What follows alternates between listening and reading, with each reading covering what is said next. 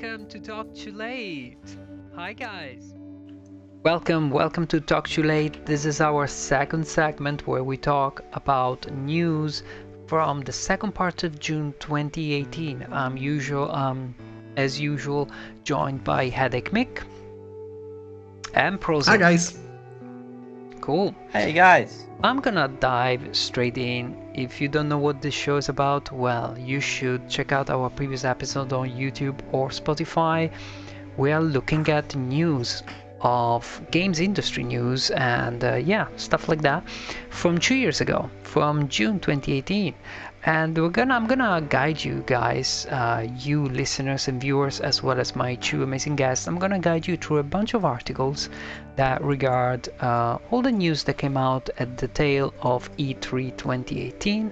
And the reason why these things are interesting is that we're talking about games that have not been released yet. It's funny, but let me just show you what I mean.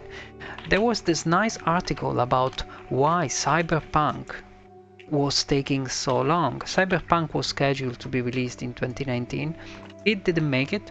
It will probably come out in 2020. And there is this nice article about why Cyberpunk is taking so long to make, and they basically say that they wanted to initially develop it in parallel with The Witcher 3, and then they realized it would have been too much of an undertaking, and they decided, you know what, let's finish The Witcher 3 first, and then we will do Cyberpunk. And as a result of that, we're still waiting 2 years later for Cyberpunk. But I wanted to ask you guys, are you guys hyped for Cyberpunk? Are you guys waiting for it a little bit like I am?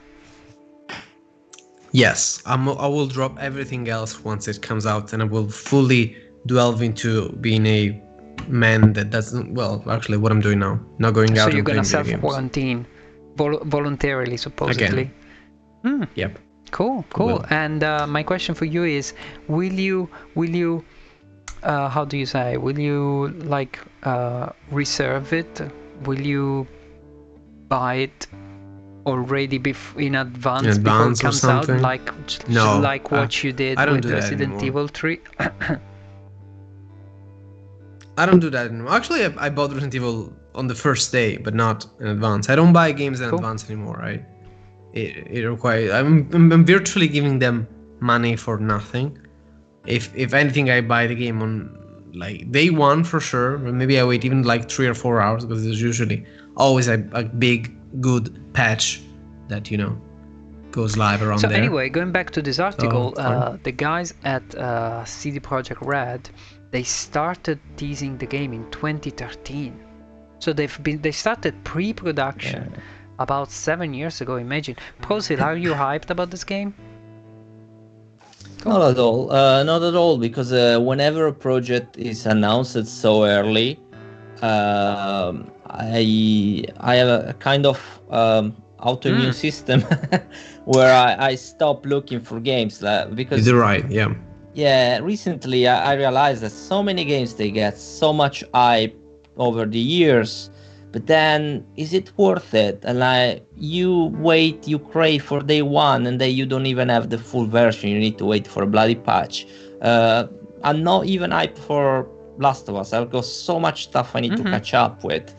The other day I was watching the PS4 presentation in 2013, and I remember Capcom announced this game that they never released, and I remember that I think it was dropped down, something like that. And I remember I wanted this game so much. It was a kind of Dark Souls. Yeah, I think I know what you mean. Is that the one with dragons as well?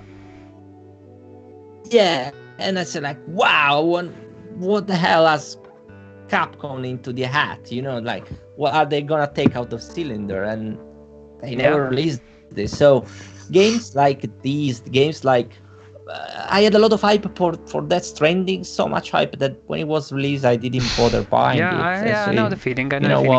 I basically that's why I'm not looking at I basically any trailer. live inside that world. Being myself Mr. Game Too Late, I basically ignore games for 2 years, as you know if you follow my channel. So I know exactly the feeling. I think I had at some point a fatigue. And that fatigue is very much real when you look at other projects like Beyond Good and Evil 2. This game was... This is a sequel of Beyond Good and Evil, a game that came out on PlayStation 2, which apparently was a good game. I started it, I thought it was okay, and then I dropped it. Me too. I played the full Beyond Good and Evil, and go ahead because I want to talk about it this. It didn't get me, or I didn't get it. I'm just gonna say that. Either I didn't get it, or it didn't get me. I thought it was a clumsy platform adventure, which wasn't a platform, I guess, but... Well, to go back to the point, Beyond Good and Evil 2 is a very much anticipated game, but these guys, I don't know why, and these guys have been taunting us almost with this title for quite a while. And you know what's happening about this game? Is that they're basically using a bunch of freelancers from the community, so to speak, which basically means game fans that want to work freelancer for Ubisoft, so that the game is put together by governing all these different content creators from all over the world that are gonna come together to collaborate with assets for the game. That was the idea for the creation of the game. I don't think that's working very well because the game has pretty much disappeared from the radar. Sorry, Mick, you wanted to say? Yeah. No, I played Beyond Good and Evil, the first game, like a couple of years. I think I've even streamed it, but I'm not 100% sure about it. It's a beautiful game. It's a 2003 game. It's basically a PS2 video game. There is some platforming. It's it's basically like a Ratchet and Clank or something like that. It's very technological, very fresh. There is a good humor behind it, and the story is not bad. It's actually a very good game. I had a very good experience while playing it. But saying that, it's a 7+ age game whose characters are like clumsy and funny, and sure, it's like the settings are in space. There's a bunch of lore surrounding it, but it's it's a cool little nice project and idea. I don't know how we get from there to realistic monkeys and pig and exploring the lore of the universe's wars. Yeah. Can you please stop it? Like, who asked for that? The first game was nice and cute. Like, imagine if Crash Bandicoot then went into the Amazon forest to kill, I don't know, soldiers. Like, sure. So it could what happen. you're looking at is it's a world exclusive from me, okay? This is realistically Thank you. the only gameplay shown so far.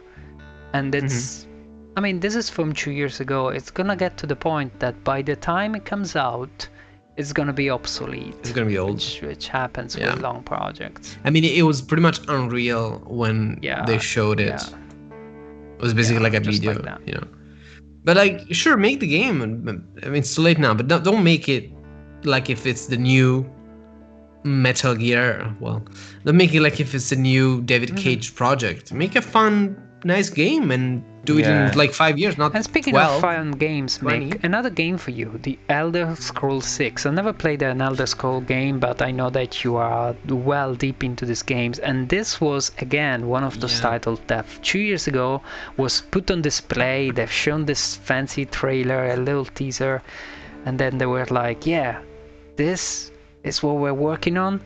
I'll see you guys in 5 years. Pretty much that was the effect. I remember that 20. where exactly Todd Howard really just came on stage and said like, yeah, we don't know when it's gonna happen, but we're working on it. And it's like such a poor thing to make a presentation. It's like why do you even bother just putting something like that? When was this? This was June May?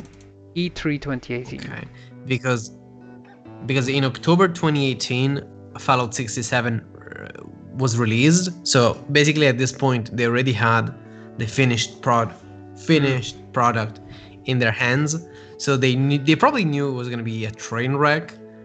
And I guess they gave us that PNG that you're looking at. Basically it was a GIF, not even a trailer. 1 second and a half. They shown there's a writing in there with their font, and I think there was even some theories about the fact that the video was an actual video stolen from like a National Geographic channel thing. Real. It was like put together. Yeah, it wasn't even done by them or something. Nice. Like that. Yeah. So it's complete. And back then, when this came out, we had no idea what Bethesda was really. It took us 2018 and 2019 to realize that Bethesda is just evil and incompetent. Yeah. And when this came out, we were like, oh, this is weird from Bethesda. They do that. would never and then I guess do they something changed. this clumsy. Yeah, I mean, the perception probably, has surely changed, and this strange presentation should have been a warning sign in Insight. Interesting how things goes. Speaking of interesting, curious, and absurd things that no one can explain, there is this article from 2 years ago about one of our favorite games. And I guess I can speak for the three of us. It's Resident Evil 4. So in Resident Evil 4, if you look closely at a particular spot of the scenario, you see something particularly alien because it's green, but because it doesn't really match to the rest of the game. It's just somebody in a green jacket. And this remains a very interesting and particular mystery that is to date unexplained. And I wanted to ask you guys if you knew about this, if you knew at all about what I'm talking about. It's basically, I'm gonna make it a little bigger for you so you can see the video. And yeah, it's quite peculiar. You have to basically move the camera. In this case, we are seeing a debug fly option to move the camera out of the boundaries of the level, and then we have to look that way, and then at some point you see this figure, which is it's a bit of a ghost. It's just like a random person. Yeah. And theories are out there that this is a programmer, or that this is some sort of, I don't know, person that wanted to put itself inside the game somehow, or maybe this was some sort of temporary asset and they've put themselves out there and then they forgot about it.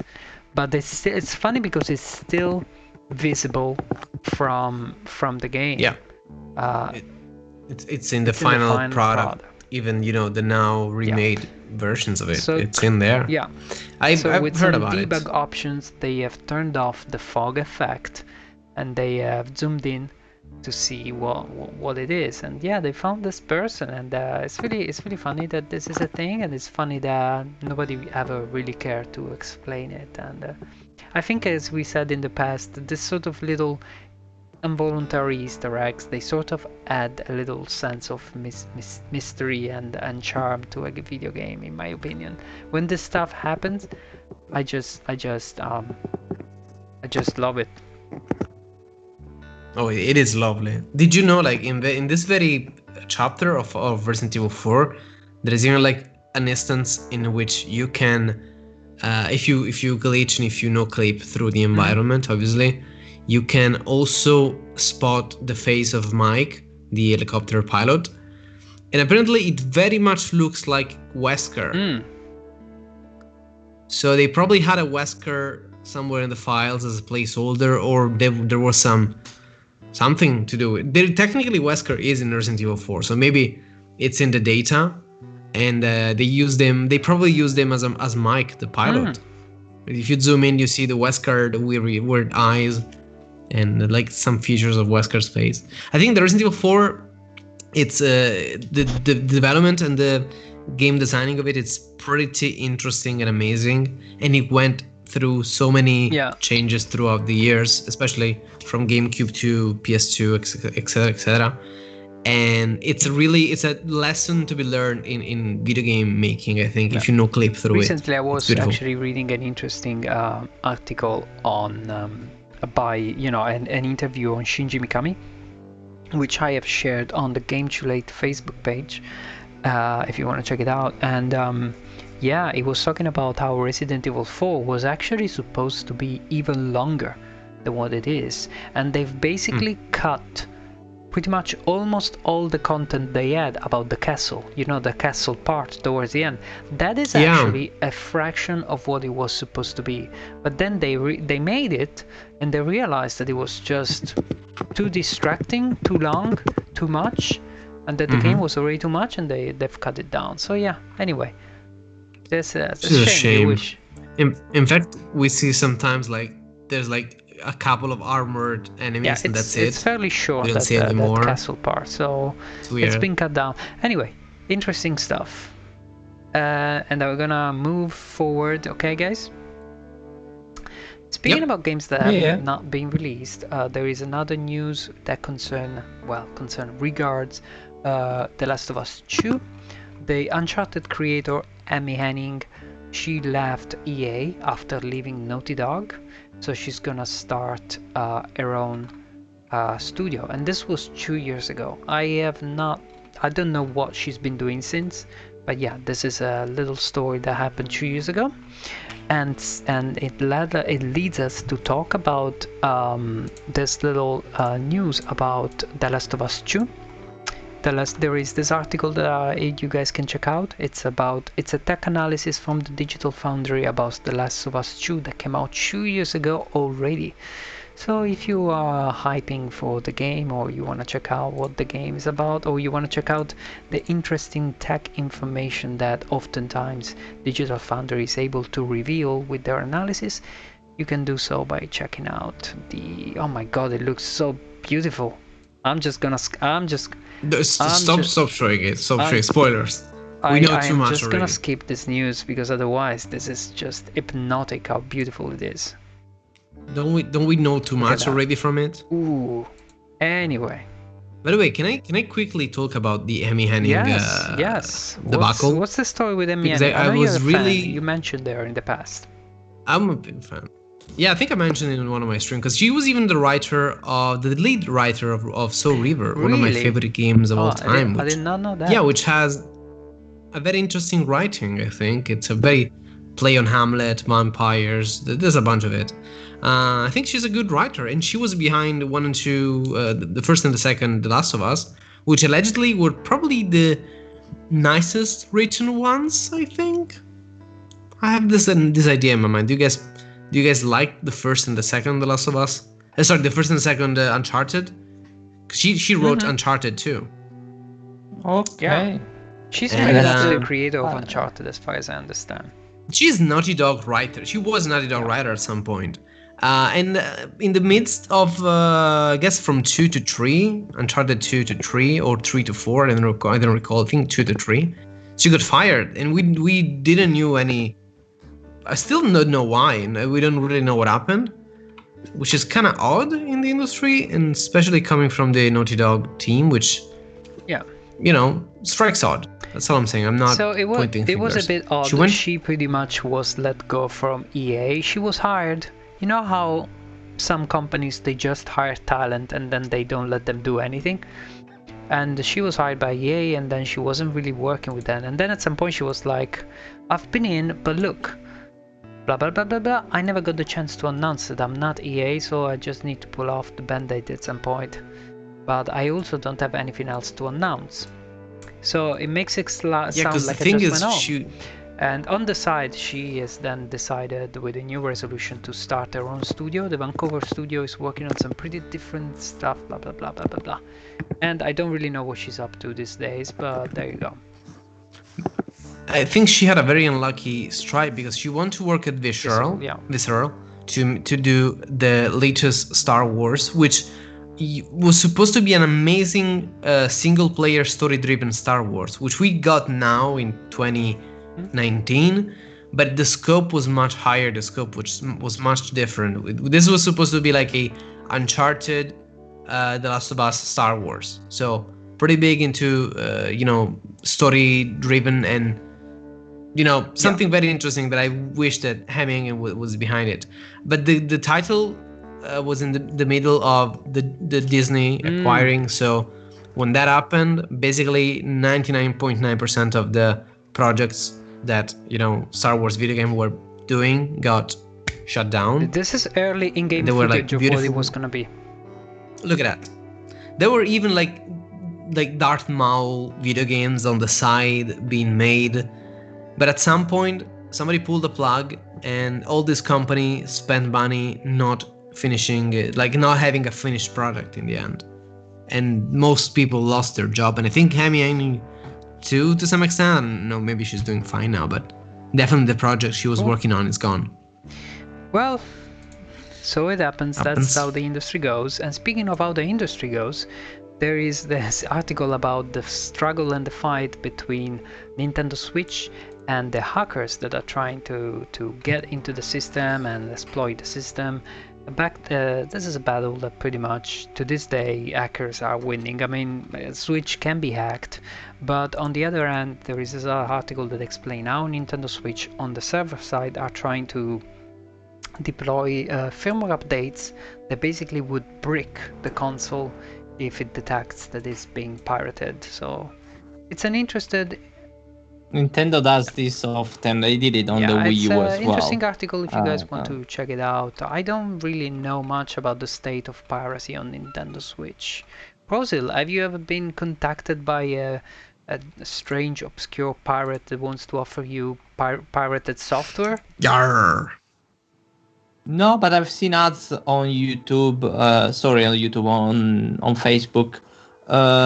It's pretty common with some console like Nintendo Wii U, but also you know the PlayStation Mini? Yeah. You can basically hack it, and you can run a hell of a lot of games there. You wouldn't believe pretty it. much the reason why they managed to recoup the costs. It's funny that we mentioned this in the past when we talked about the PlayStation Mini and the whole operation nostalgia, but it's funny how the PlayStation Mini sold because of the same reason why the PlayStation 1 sold, which was easy piracy. Anyway, just that. And interesting. But the best thing about the PlayStation Mini is that it doesn't only run PlayStation, it can run Nintendo titles as well. It runs a bunch of emulation software, basically. Yeah, we spoke about PlayStation Mini, the fact that you could just simply plug in a keyboard and put a key combination and it would go into debug mode, and then you would pretty much be in with the system. Pretty fantastic stuff. Speaking of fantastic stuff, Nintendo and Microsoft were pretty much attacking Sony on the front of them being able to open to cross-platform multiplayer, and Nintendo went as far as releasing a trailer with Microsoft to display how people will be able to play on Switch against Microsoft players, and that Sony would not be able to claim to be able to do the same because Sony didn't open yet at the time on the front of cross-platform multiplayer. Which they could, from what I know, right? I think technically they could. Some titles have, but Sony, I guess they took advantage of the fact that they were the leader on the market and they decided to sort of take a more conservationist approach, I suppose. But anyway, this little advertisement occurred 2 years ago, and it's a strange little example of how Nintendo and Microsoft were striking a deal. And who knows, maybe in the future again, with the next generation of console, we will see some similar deals, reminding everybody that Nintendo Switch is capable of streaming games, and that Microsoft is about to launch a full streaming service of games with their, what is called Microsoft Cloud, streaming. I don't remember. They have a project about that. But anyway, it's a little partnership there against Sony. There is this nice article 2 years ago from games industry about how Avalanche Studios with their Just Cause games have managed to strike a balance between ambitious AAA title and creative independence. I'm gonna throw it out there and you guys can read it if you are a fan of Just Cause. And I'm gonna pretty much wrap it up at this and go to our final article. Our final article is about what happened to the Ubisoft crying man 1 year after the famous Ubisoft crying moment. If you don't know what I'm talking about our fellow Italian Davide Soliani, who pretty much broke in tears. Ciao Davide. He's probably watching. He's looking at us. So he broke down in tears in a very emotional moment. I dare to say one of the most emotional moments in the history of E3. The reason why this happened is that on stage was Mr. Miyamoto, not just any guy, but Mr. Miyamoto. just Mr. announcing Nintendo. the Mario and Rabbids video game and showing it to an audience that actually was appearing to really love the game in its final iteration. And this is a nice article and interview with Davide Soliani 1 year after this event, where he goes over what has happened, he goes over the success of Mario Rabbids, and he speaks about his own reaction. This was not the first time that he cried. This article is particularly interesting because it goes over the story. You know, Davide Soliani in Ubisoft Milan, they've been working for a long time, trying to get bigger and bigger over time, and then this opportunity arrived and they started working on this prototype, and it's a nice article that goes pretty in detail about the sort of build up that led to that moment at E3, and also of course speaks about the future of Ubisoft Milan. Are you guys familiar with what has happened that day? Did you guys remember the scene? Did you guys remember it? I remember when this has happened, and yeah, definitely the crying scene and the announce. I remember because I was like, "Wow, what's happening? Yeah. Where's that guy crying?" It was. And I was like, "Oh, this guy's Italian." Yeah, I What mean, happened? it was pretty nice for us Italians to actually see a fellow Italians making it so far up the ladder on the games industry. And then there is this particular moment where Mr. Miyamoto actually calls out to him. He wasn't expecting any of this. Like, he wasn't ready for it. He didn't know that Miyamoto was gonna call out his name and actually look for him in the audience, and then he does. Can you Look imagine? at him, like, it literally looks for him. That? It literally looks like, hey, where is Davide Soliani? It literally start looking around, then he finds he's there, and then the camera is there, and the guy is like, what the fuck is going on with my life right now? You know? Pretty. Can you imagine my that? heart Like... would sunk if I was in his shoes, you know. Particularly incredible. Of course, at this point, he's a broken man, you know. Imagine that Shigeru Miyamoto needs to vet any Nintendo games. Imagine how much this can have an impact on the life of an Italian developer. It's very particular, and you guys should check out this article because this interview with Davide actually goes over the whole process. He had to go to Tokyo a few times and pitch the game, and of course there were, you know, it wasn't exactly the easiest of moments, but then he managed to actually succeed, and they were really on board with his idea, and they were trying to do something different. Of course, this is not the typical Mario game. They were trying to do something really out of the box for them, and Nintendo revealed itself to be actually more open to new ideas than one would expect. So this is a moment that occurred 3 years ago, but I wanted to offer it again because 1 year ago we didn't have the show, and I had this occasion of this article 2 years ago, and for the matter of the article, I don't really know what Davide Soliani is doing these days. As of yet, he has not released a follow-up to the game, but we wish him luck indeed. I have the game, man. Did you play it yet? You have it? Yeah, I have the game on Switch, but I haven't got it. Like, I need to get the angle out of it. Like, it's a strategy game. It's a very different game, and it's a strategy game. The problem that when I bought the Switch, I wanted to play Mario, and this one was a plus. But it's something that has been reviewed so well, and it really looks like a Nintendo game. It doesn't look like a third-party game. It looks fantastic. I mean, in terms of style, it's definitely not a Ubisoft product. We can say that. Yeah, I think we should support maybe these kind of developers. No, I agree. Absolutely. Yeah. Plus, for once, we actually have a studio based in Italy, part of an international group, of course, but it's nice to have a studio based in Italy, which is a fairly small studio. When they did this game, the studio was the core team that worked on this game was 17 people. When they did the first prototype for Miyamoto to see, they had one programmer, and that guy was his first job in the industry. I swear to God. I swear to God. Are you kidding me? And most of the stuff was actually focused on the gameplay aspect and the artistic style. And the artistic style really comes through because I think it feels very Nintendo-y. and I think it also makes good use of the shaders and what the console could offer. It's kind of a Mario Party to some It has the extent. Nintendo palette. It has the really good Nintendo palette that people recognize for. Like, can you imagine being a tiny Italian developer going to Japan, to Tokyo, and tell like a guy that did, like, a company that did video games for 20 years, and say like, oh, me and these two people have done a video game that you will like. Do you wanna give us your biggest mascot to do this game? Take it. Yeah, sure.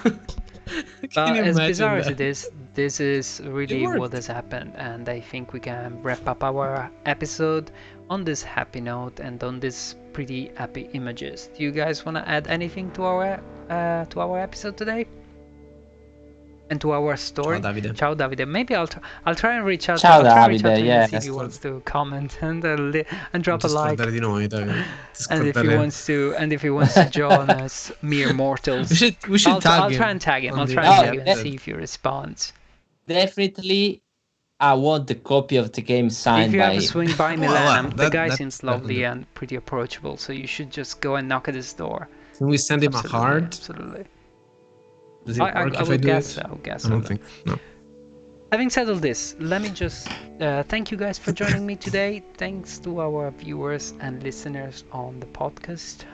If you want to reach out to us for comments or to request us to cover any topics, you can feel free to do so whenever you want. And if you want to support us, you can please install the Brave browser through the affiliate link that you will find in the description. Brave browser is amazing.